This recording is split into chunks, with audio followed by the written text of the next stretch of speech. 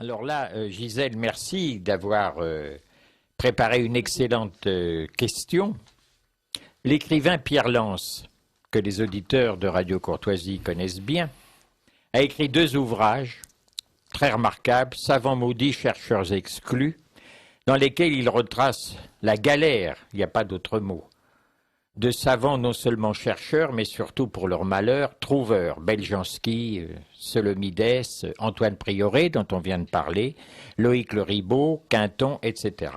Si votre appareil de rééquilibrage des glandes se révélait être non pas une panacée, bien sûr, mais le remède à bien des maux, le docteur Jean Gauthier, dont vous êtes un petit peu l'héritier, le continuateur, ne serait-il pas post-mortel lui aussi un savant maudit ? Écoutez, c'est ce que je pense complètement, bien sûr. Et même, on aurait pu penser que Pierre Lance aurait pu faire un topo sur le docteur Jean Gauthier. Simplement, il ne le connaissait pas. Mais vous avez raison, je pense tout à fait ça. Car enfin, si on obtient des rééquilibrages glandulaires, des rééquilibrages physiologiques, nerveux et neuronaux, les antidépresseurs, les neuroleptiques, les somnifères, tout ça, ça va finir à la poubelle et les grands laboratoires ne vont pas être très très contents. C'est le moins qu'on puisse dire. Parce qu'il y a d'énormes... écoutez, je ne peux pas dire autre chose. Simplement, voilà, je ne suis qu'un instrument, qu'un pion. Je suis un héritier. Je fais connaître une vérité. J'essaye de tout faire pour faire du bien et répandre quelque chose qui peut améliorer les personnes dans leur corps et dans leur... Vous témoignez que ça marche. Je témoigne que ça marche.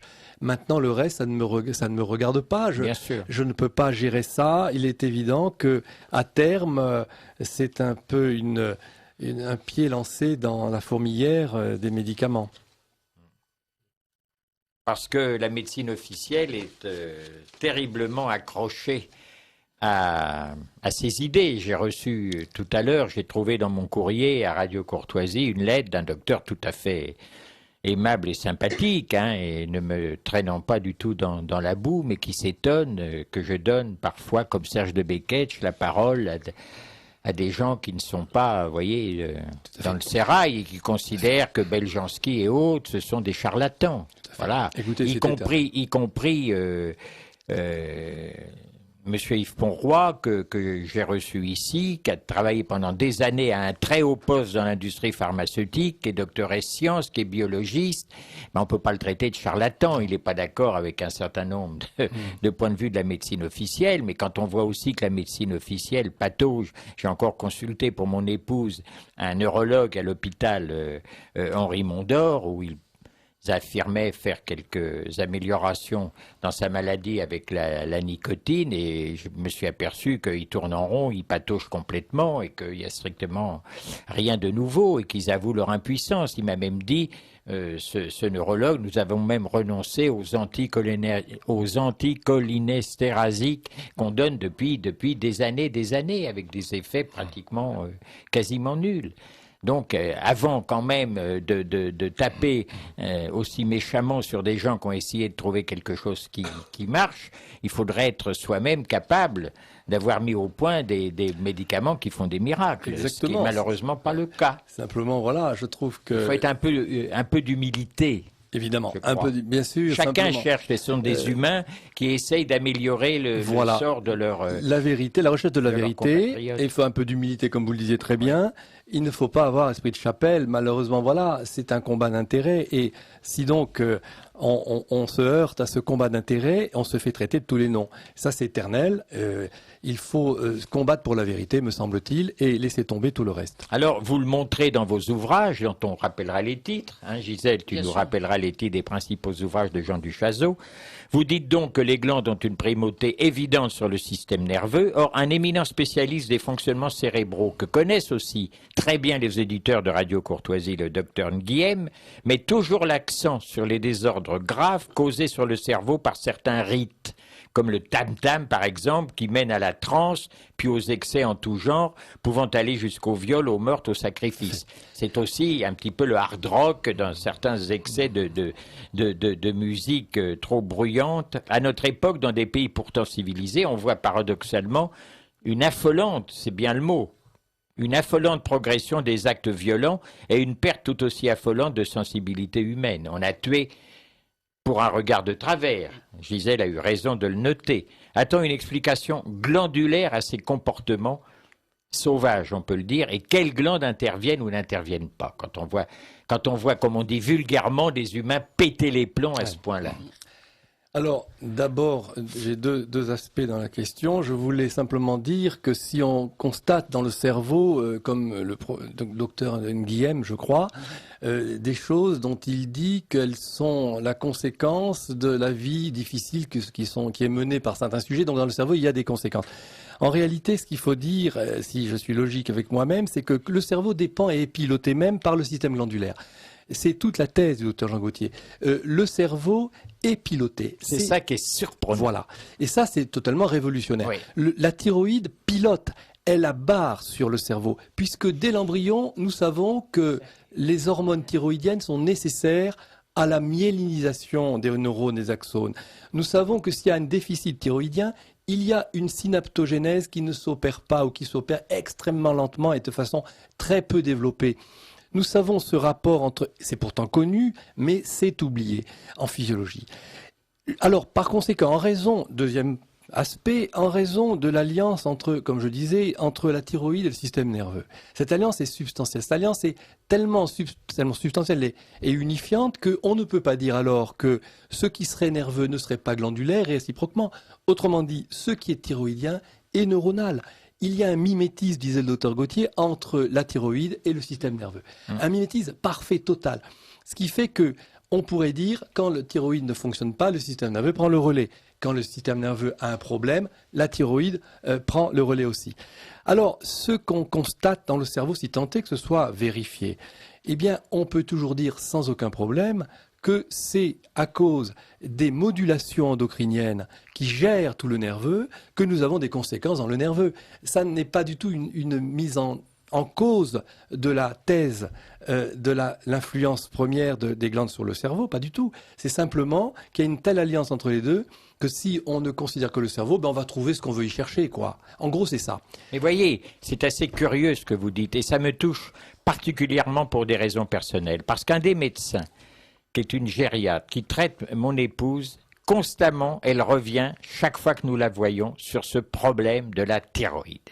Elle semble convaincue que, en partie, en tout cas, derrière sa maladie, en tout cas, les troubles qui l'affectent, eh bien, il y a un problème de thyroïde. Il n'y a pas une fois où nous l'avons consultée où elle n'est pas revenue sur ce problème d'hypothyroïdie. Elle semble persuadée que c'est une des causes, en tout cas, de son état. Une intuition remarquable. C'est curieux. Alors, une dernière question, Jean Duchazot, qui va nous faire sourire et même rire. Certaines personnes ont le rire et même le fou rire très facile, d'autres pas du tout. On a expérimenté la rirothérapie.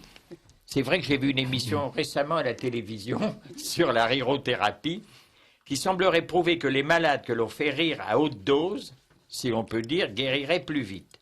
Il y a sans doute une explication glandulaire, thyroïdienne en particulier, non ? Exactement, écoutez, tout est thyroïdien. Quand j'étais en classe de philosophie, on m'avait collé la thyroïde dans la blouse à l'arrière parce que je parlais tout le temps de la thyroïde. La thyroïde est partout. Alors le rire, effectivement, c'est thyroïdien, comme la tristesse d'ailleurs, ou les pleurs, c'est aussi thyroïdien, mais en hypo. Alors, le rire, c'est une excitation thyroïdienne. Par exemple, prenez un repas d'affaires, il y a 10 personnes qui sont là en train de se regarder, ils se saluent, bonjour, etc. On est un peu intimidé au départ. Et servez le vin.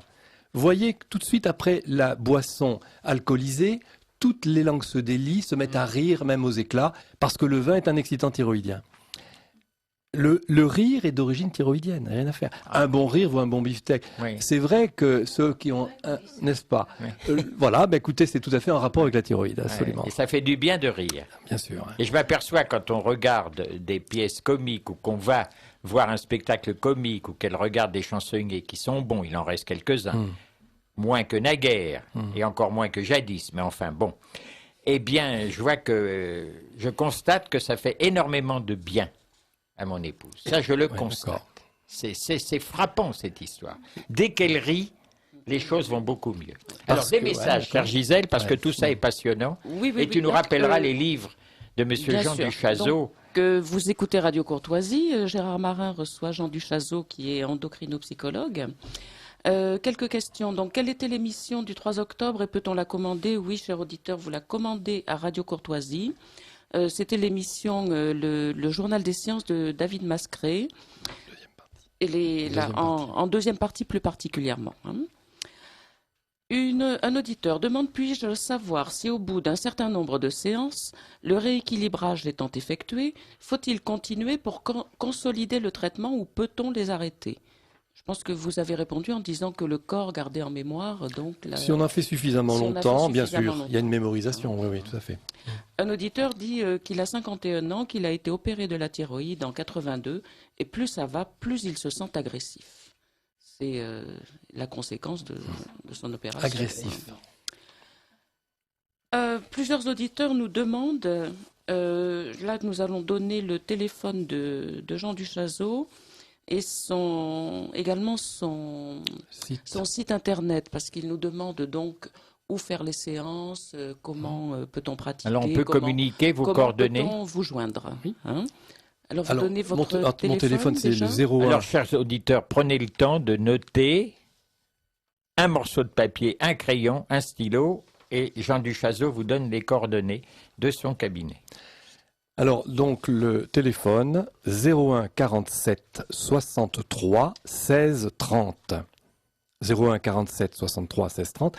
Le site internet, pour ceux qui ont accès à Internet, Equil comme équilibre, EQUIL, vital, VITAL, .info, tout simplement. Equil-vital.info. Voilà, et là vous trouverez donc vous retrouverez le téléphone de Jean Duchazot, vous trouverez les livres qu'il a écrits et l'explication de sa méthode par la darsonvalisation. Et le dernier, c'est ces glandes qui nous gouvernent. Non, c'est le dernier, ça. C'est pas le dernier. Le dernier, non, c'est sur la sexualité. Le dernier paru, c'est connaître l'harmonie et les dangers de la sexualité. On aborde tous les sujets. Et le prochain, mais je l'ai dit déjà, ça sera sur la psychiatrie. Et le prochain encore, ça sera sur l'origine et les mécanismes des émotions. Les émotions. Alors, mais celui qui s'intitule « Ces glandes qui nous gouvernent ». Alors celui-ci, c'est le premier au contraire. C'est le premier.